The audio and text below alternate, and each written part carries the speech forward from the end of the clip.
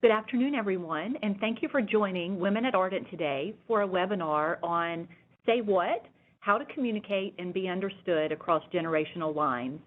I'm Emily Holloman. I'm the CEO at Pascack Valley Medical Center in Westwood, New Jersey, and it's my pleasure to be with you all today and serve as moderator for today's amazing presentation.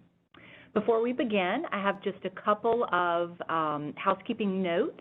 All lines are muted, so if you have questions, please submit those via the chat function, and we'll be sure to answer them during the Q&A portion. When you exit the webinar, you will be provided with our post-session survey. So please complete this survey. It really helps us to have your insight as we plan for future webinars and continue to make this an amazing and meaningful tool for leaders throughout our company.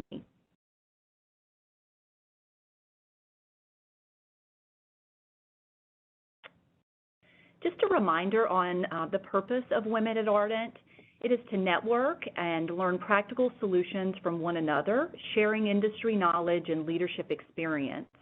Our goal is to support all women in our organization to overcome gender barriers and to prepare ourselves for leadership opportunities.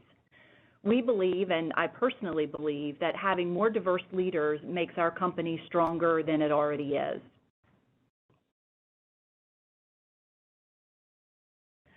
For our Connect to Purpose today, it is my pleasure to recognize Amy Blasing, who was recently named Chief Executive Officer of Loveless Women's Hospital.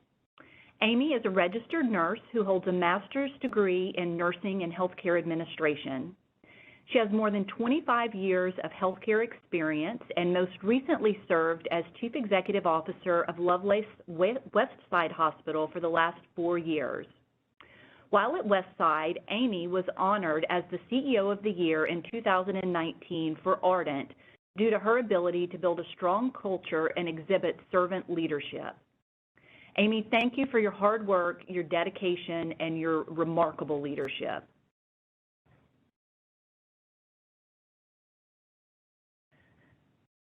For all of you on the line, we are looking for Women at Ardent champions for each facility, each location, each clinic.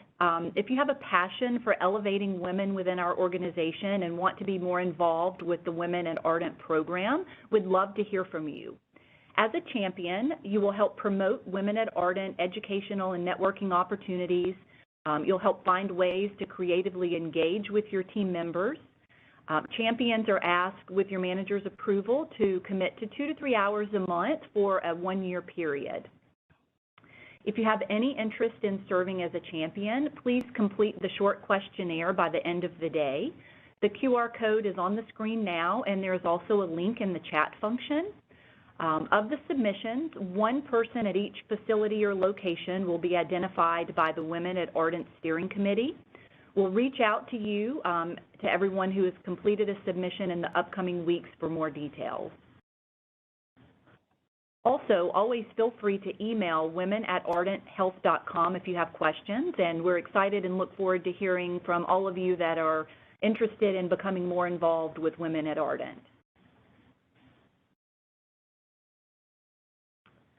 Okay, so without further ado, it's my honor to introduce our panel of speakers for today. We have some really amazing women, and I know it's going to be a great program. So our first panelist is Jamie Dipiazza-Rodriquez. Jamie is the Manager of Patient Experience and Language Services at Hillcrest Medical Center, and she's been part of the Hillcrest family for over 13 years. Our second panelist is Alumine Bellone. Alumine is our Vice President of Risk Management at Ardent. Alumine has worked with Ardent for 4 years and has over 10 years of experience in risk management. And finally, our third panelist is Mary Keating. Mary is our Director of Marketing and Public Relations at Portneuf Medical Center. Mary has been with the Portneuf family for 5 years and has served as Director of Marketing for over 2 years. These 3 leaders will share insights and their unique perspectives on how to communicate across generations to patients and to one another. Thank you for joining us, and at this time I will turn it over to our speakers to begin today's presentation.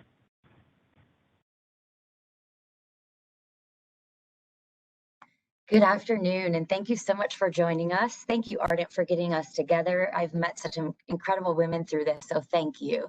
Our goals for today is better connect with our patients and their families and one another, understand each generation and what has led to their respective beliefs, values, and communication differences, and learn how unconscious bias applies to multi-generational communication. Today, we are going to reconsider how we think about specific age groups and learn how to be more effective by closing the gap to generational differences.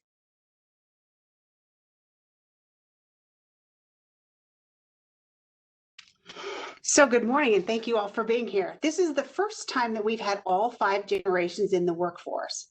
And it's important to know that if you look across this list, the years may look a little different depending upon which website you're searching. So I believe that this is from Pew Research.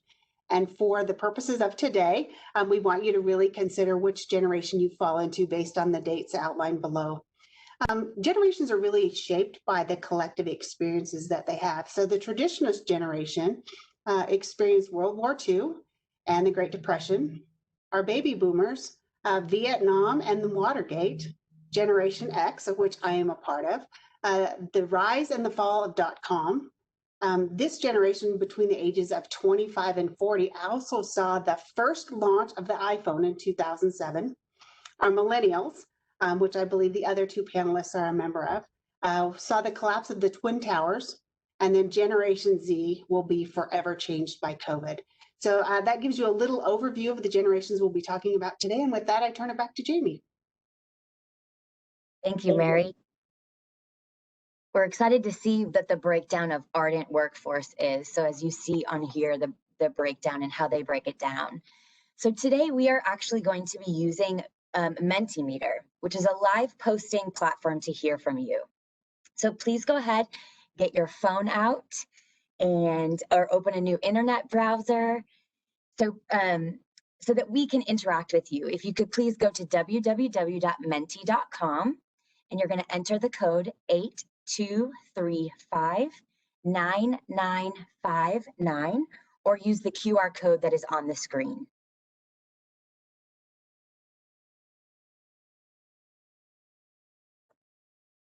So the first question that we want to ask you today using Mentimeter is, based upon your birth year, oh look, you guys are already starting, awesome.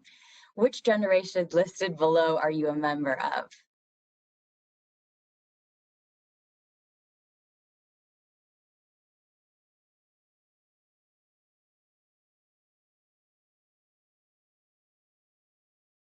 Generation X is winning.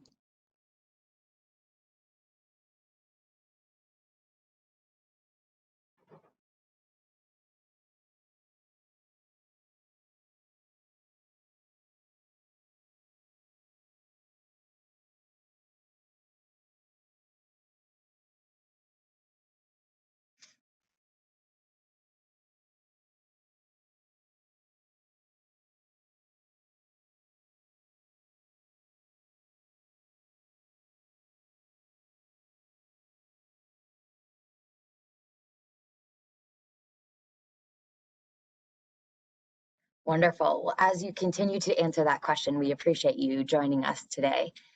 So as we are going to look at the years of the Traditionalist. A few more coming in. Okay.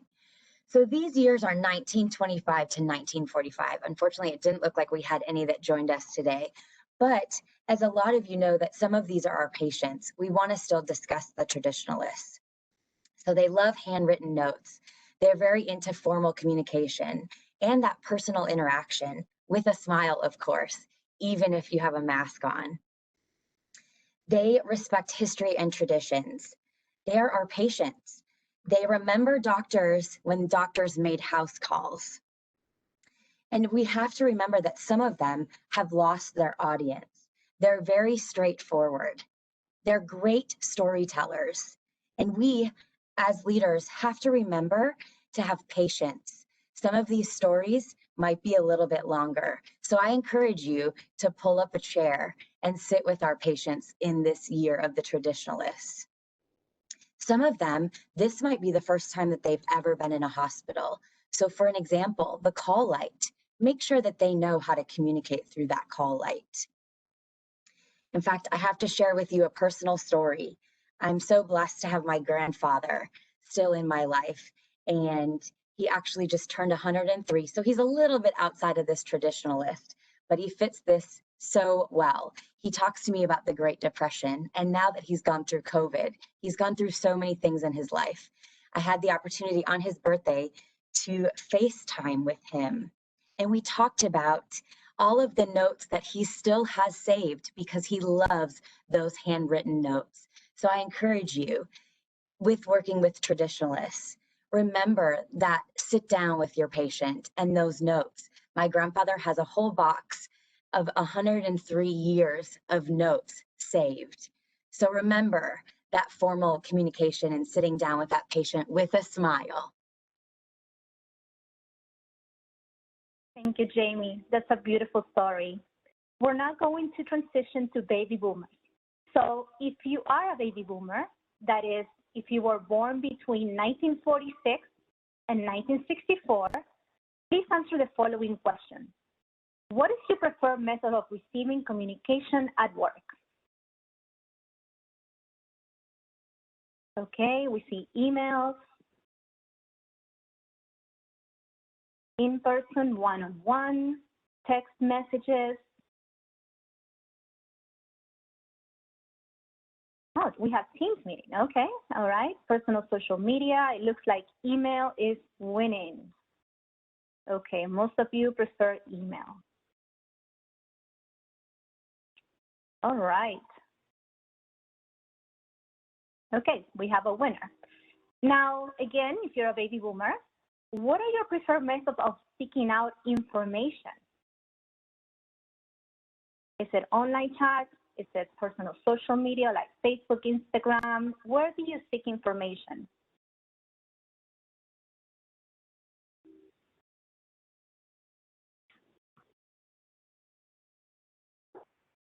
Okay, online. Interesting. Okay.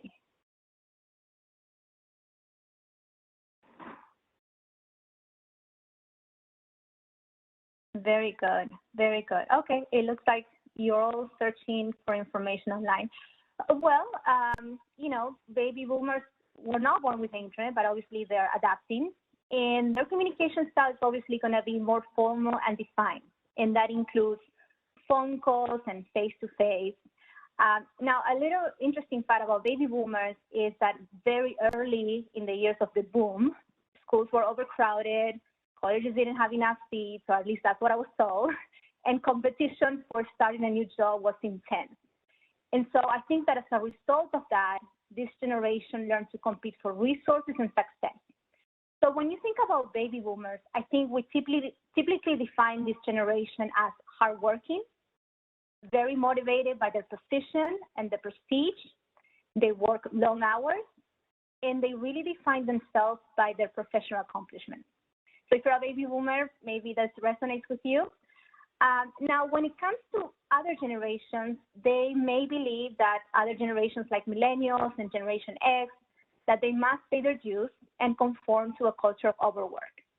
And as you can imagine, this makes sense. They have made sacrifices for success, but it could become a conflict when it comes to the workplace. For example, millennials, we prefer a more flexible work schedule. And therefore, my recommendation would be if you are in a supervisor role, if you're a baby boomer in a supervisor role, and you're supervising a younger generation, like Gen Z, you might be required just a little bit to stretch that tolerance limit in order to accept that, you know, the younger coworkers may have new ideas and of what it is acceptable to do in the workplace. Now, if it's the other way around, so let's say you are a millennial supervising a baby boomer, you may also have to adjust. These baby boomers, they want to become mentors. I think the takeaway here is remember the power of praise. I mean, that's a key motivator, regardless of the person and regardless of the generation. Mary, back to you.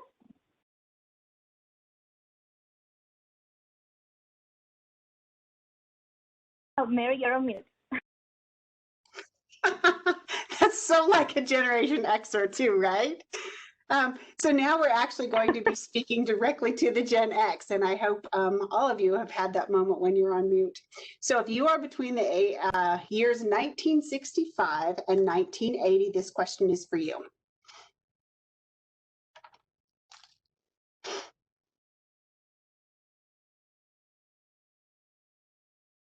Ooh, online chats and emails. Text message.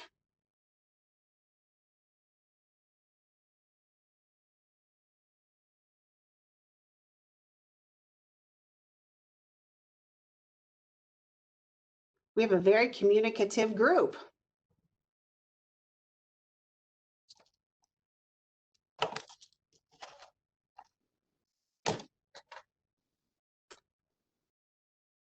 Looks like we have a wonderful blend between really kind of an email, text message, a little bit of online chat thrown in there as well.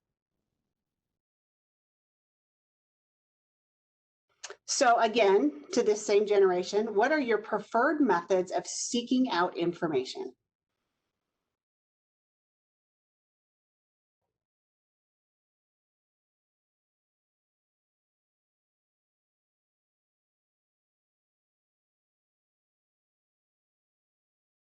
Oh, this is fun.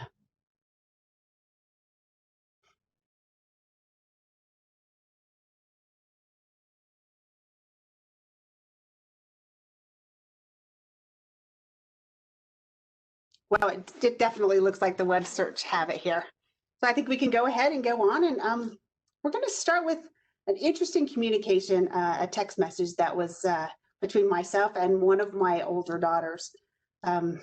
She kind of laughed and said, "Hey, Mom, what are you doing exactly?" So as you can see that there is plenty of room for miscommunication. Text messages can be filled with acronyms, abbreviations. There is often a lapse of punctuation. And for those of us who really, as we can see, love the emails, it's a little more complicated to take emails and transition them into a text message. We can go ahead. Yep, there we go. So for Generation X, we grew up on email. As I mentioned earlier, we were the first generation with the iPhone. And so we often will try to use our communication style and apply those to the new platforms that we have. So an interesting conversation when Hannah said, you know, Mom, let's look at how you're texting to us and see if maybe we can communicate a little differently. And so I was putting a whole text message in with punctuation and the whole 10 yards. And she said, make it shorter. So she wrote me one day and said, Mom, I just aced my math test. And I wrote back, WTF. And I meant, well, that's fantastic. Again, oftentimes there's room for miscommunication. Generation X is really the generation that bridges the gap between those who lived in a world before computers and those who have moved on to the digital world. So we also swing, as we can see as well from the Mentimeter, between those who like print media and those who like digital media.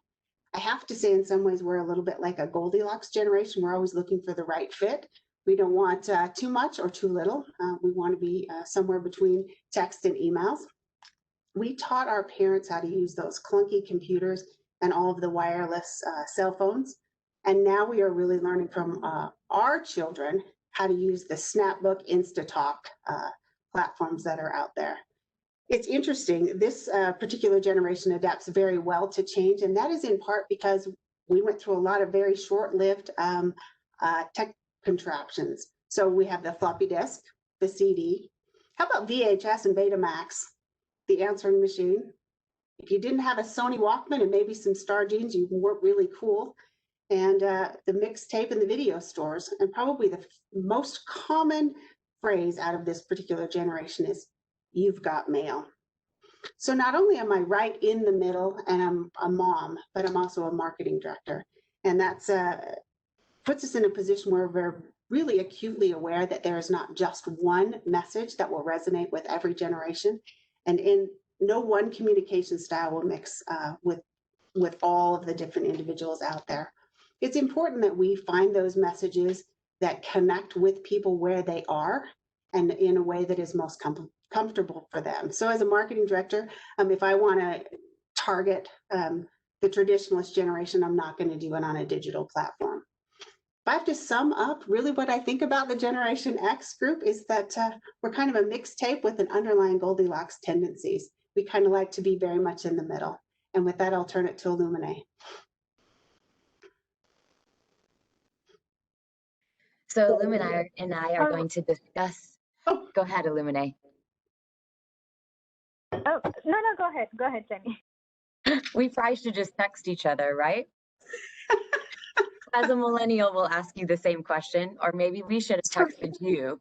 What is your preferred method of receiving communication at work?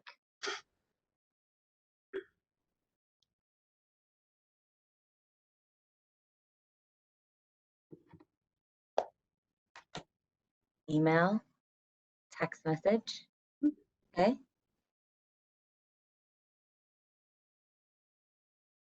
Email. That's curious. That is.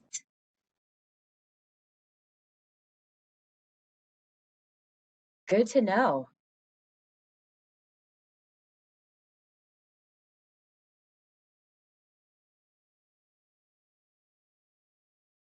So as a millennial, I'm kind of surprised. Alumine, I'm going to get your opinion here in a minute because I thought text message would win this one. So the next question. I think outside of work, maybe text message, but maybe at work email. I would have voted the same way.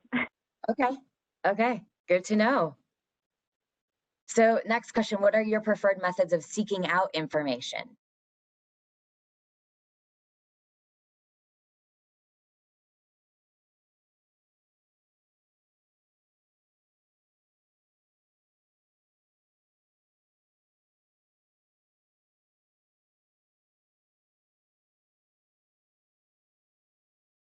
Web search. I think it took. Okay. Well, as a millennial, like I said, that teaches me even that within work but outside of work, we love to text. However, it's important we go to that person. I have to admit, I might use too many exclamation points when I text, and I'm not mad. It just kind of goes that way. But what have you ever been through, like when you text someone and then you're waiting and then you wonder if they're mad or how did they interpret your text message? So, and I encourage you with those text messages to reread them or look over them, especially if you're using an emoji, because we don't want to send the wrong emoji to the wrong person. I might be guilty of that. Alumine, what are your thoughts? Yeah, no, I agree 100%. So you touched on communication style. I wanted to add a little bit about workplace. I think that as millennials, we are motivated by having a sense of responsibility, the quality of our manager, and having like unique work experiences. Me particularly, I'm always seeking challenges and growth and development. I think that's common among most millennials. But we do want like a work-life balance, wouldn't you say, Jamie? And you know, millennials may leave the organization if they don't get this. So I guess if you're supervising a millennial, try to manage them by results, be flexible on their schedule and work assignments, and we do like immediate feedback. So when it comes to performance appraisals, we do want to get that feedback, not until the end of the year, but quite often. And now Mary's going to come back and talk to you about Gen Z. Mary? And this time I unmuted, which is fun. So this question is for anybody born between the years 1995 and forward. So certainly not the 2021 individuals, I hope, are not on the call. What is your preferred method? Did we have, how many Gen Zers did we have at the beginning? We had two. We had two Gen Zs. And that Gen Z likes email? Oh, wait.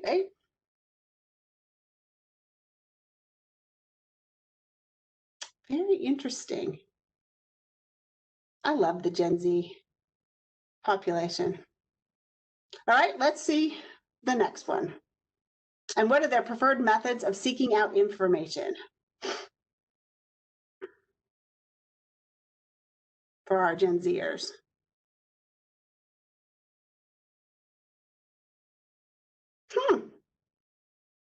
Well Mary, played.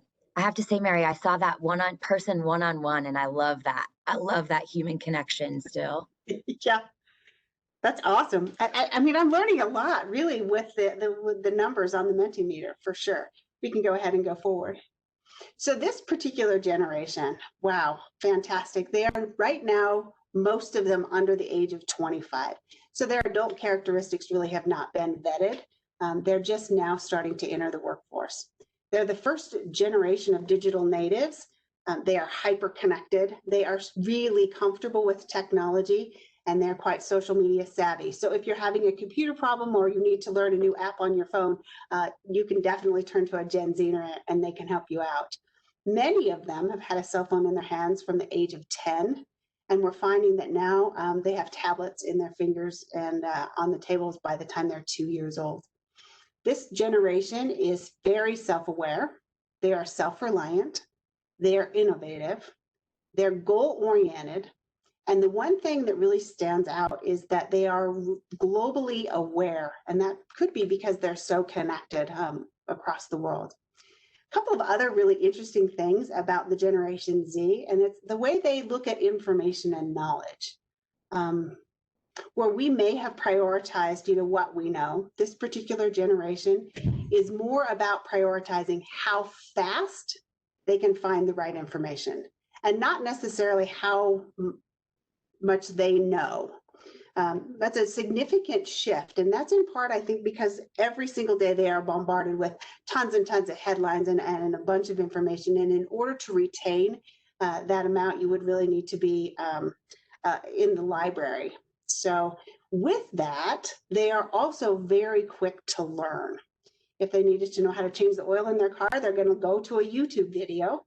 And if they want to know a little bit more about algebra, they're probably going to turn to Khan Academy. So you can also count on this generation to learn things fairly quickly. They use multiple platforms a day. And here's another kind of a curious fact that I discovered about this generation. So my generation loves Facebook.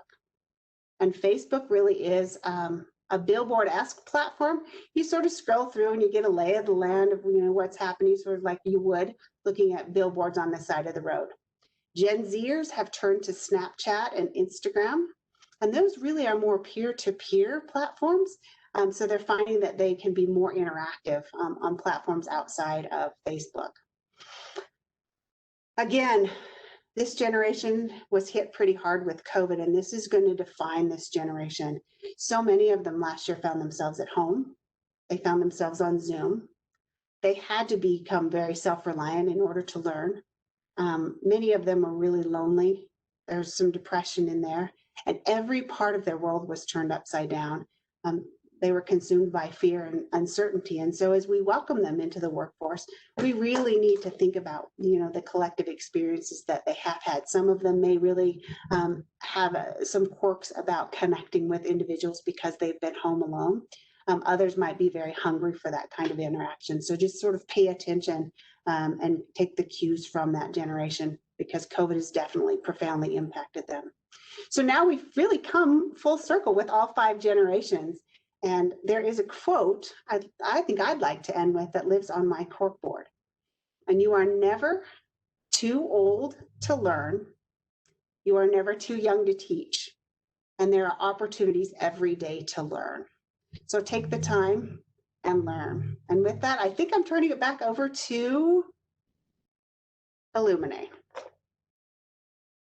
you, Mary. Thank you. It's not uncommon to create social stereotypes. So we have to recognize biases based on our beliefs about generations, create opportunities for different generations to connect, like Jamie's stories with her grandfather, focus on people, not preconceived notions, and adapt communication based on the person, not the generational stereotype. Jamie, I know you have a story about the patient experience simulation lab. Do you want to share it? Absolutely. Thank you, Illuminate. So I encourage you, like Illuminate say, to focus on the people. Within our patient experience simulation lab here at Hillcrest, we follow up with the group that we're teaching right now. My team and I follow up with our techs. They go through our AIDIT bedside shift report, and purposeful hourly rounding simulation lab. And so I asked them before they leave the lab, what is the best way to communicate with you? Is it text? Is it email? And then we follow up with them. So we focus on what they want as a communication from our team. Thanks, Alumine. Thank you, Jamie. So now that we're getting closer to the end, I would like to ask you another question. Did the generation you belong match what you see in yourself? In other words, what we described to you, and does it match, does it go with you? So let's see, we have yes, almost all of it seemed like me, not much, we have one person, okay? And also kind of, some of the pieces seem like me and some didn't. Okay, all right.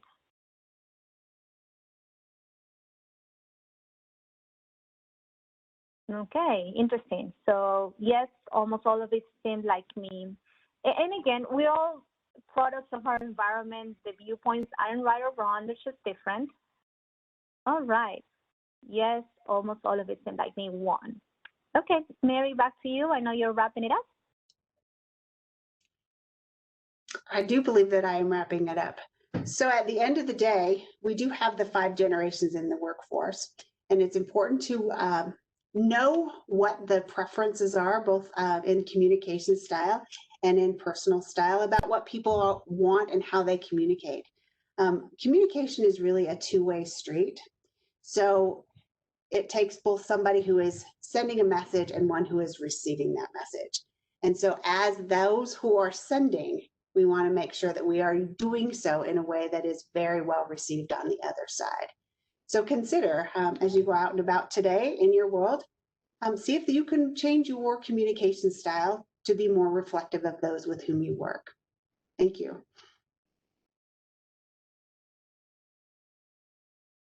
Okay, thank you, Mary and Alumine and Jamie. That was a wonderful presentation, and I'm going to move us into the Q&A portion of our presentation. So thank you for those in the audience that have submitted questions. We've got some really great questions, so we'll try to get to as many as possible. But the first question, and Jamie, I think I'll direct this one to you, if you can take the first stab at answering this. The first question is, how would you recommend creating opportunities for different generations to connect?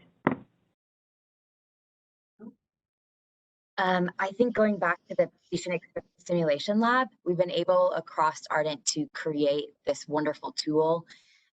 We have a live patient in the bed, which really, really brings a great perspective, because you could put any of the generations in that bed. You could have a physician or a provider from any, like I said, any generation that could work on that communication style, and then bring in a nurse or a tech, an ancillary department from a different generation, to see how all 3 of you could work together and learn from each other.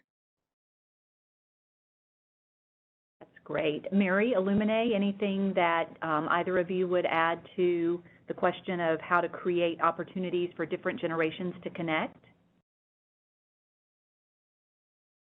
You know, I think like the quote that I mentioned, there are opportunities every single day to connect. And I think really raising your own personal awareness that not everybody does TikTok, or not everybody, you know, is particularly comfortable with text message. They want to find a different way to maybe seek clarity, and with clarity, maybe an email.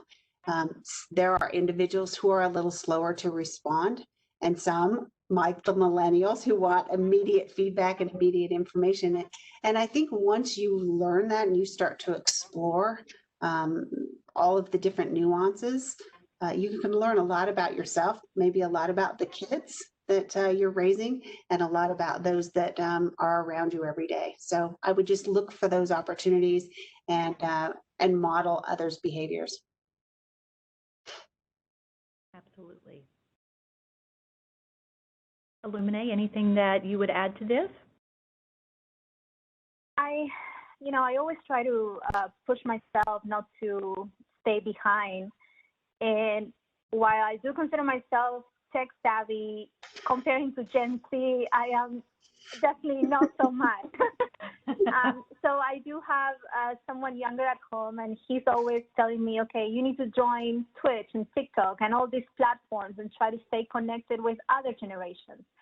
So I actually recently joined one that is more targeted to generation baby boomers and Gen X, which is Clubhouse. And I find it very interesting. They're connecting via audio. So it's kind of like Facebook and Instagram, but no pictures. You just talk. And I think it's wonderful. So I think technology allows us to stay connected, even with older generations as well as younger. Excellent.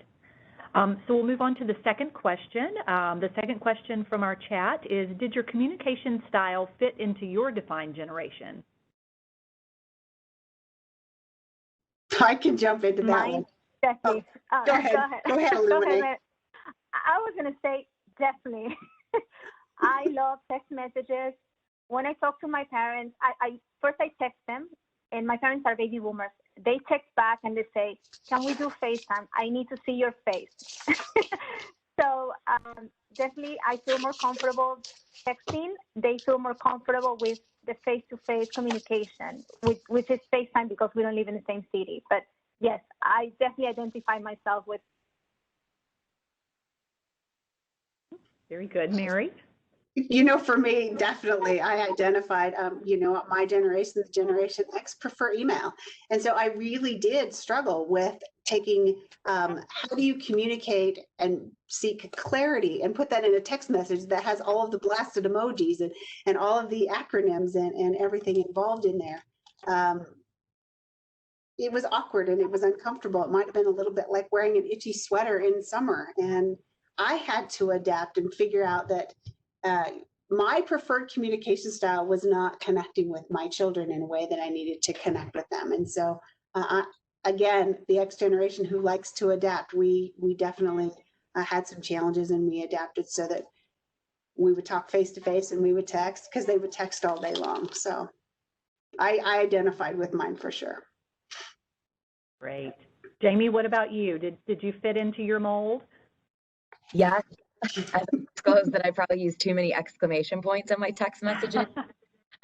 Yes, but within patient experience, I love that human connection. So I will always want to be one-on-one or at face-to-face, eye-to-eye with patients, with coworkers. I love when researching this to find that we as millennials really still like to go to the person if it's very important. So yes, I believe so. I might give a little bit more, ownership to that more than I do text. But I learned something today from my, coworkers that email is still really important to us, and to utilize that probably more. Excellent. I think we have time for one more question, and it's interesting. I think both Mary and Jamie touched on it in your responses to the last one, but the question is, how can a manager interact differently with each person if they have multiple generations working for them? What are tips to establish communication guidelines, expectations with your team at the beginning so everyone knows what to understand? But I'll jump in on that one if you're okay with that, Jamie. Absolutely. So, and I'm going to approach it very much from just a marketing director's perspective. So internally, our marketing team is responsible for most of the informational content with newsletters and so forth. So we have tried to make sure that we're providing that to our employees on many, many different levels. So we will email it out. We will add it to the app in a PDF format, and we will put it on the homepage of the Insider or the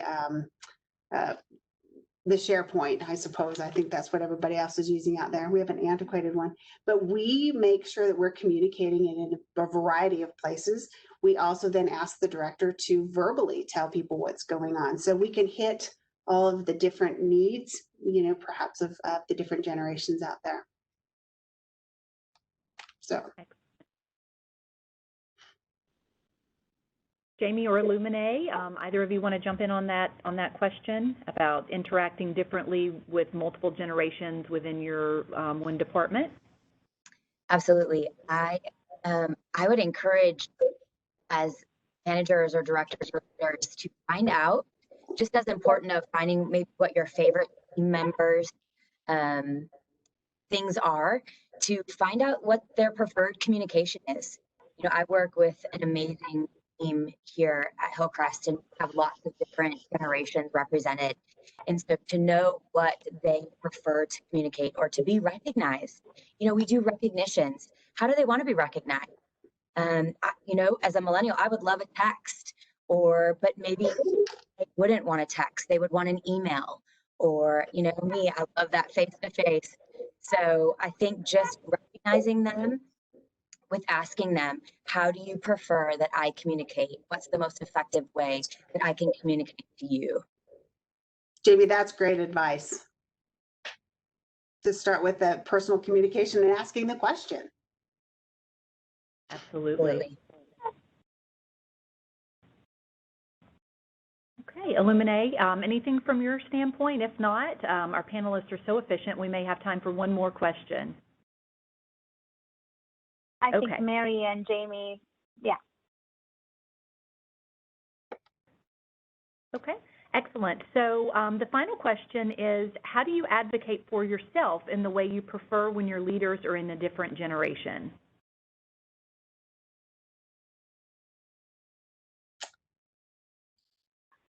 I think that's a nice follow-up to Jamie's comment about how do you, asking individuals of what they prefer. And so it's how do you advocate if your leader doesn't ask you the question? How would you advocate for yourself so they understand what your preferred method is?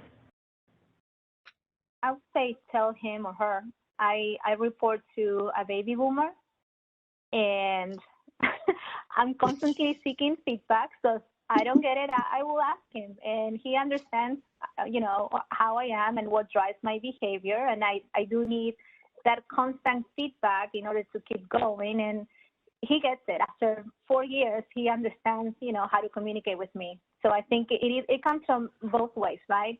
The supervisor and the direct report. I mean, if they don't ask you, then just tell them. That would be my recommendation. Excellent.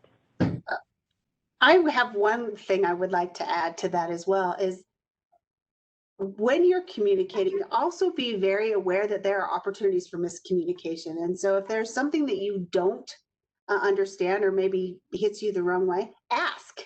Just say, did you really mean to say that in an email, and have those personal conversations, because there are often many, many, many pitfalls.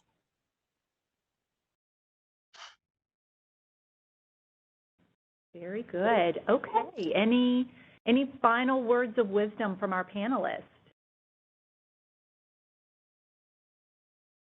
Okay, great. Well, with that, I would just say I want to again thank Mary and Jamie and Illuminate. It was an incredible presentation, a lot of good information, some great practical tips, not only for dealing with patients and coworkers, but advocating for ourselves and helping ourselves have a better work environment. So, I'll give you all a big virtual round of applause and thank you for your efforts and your time today.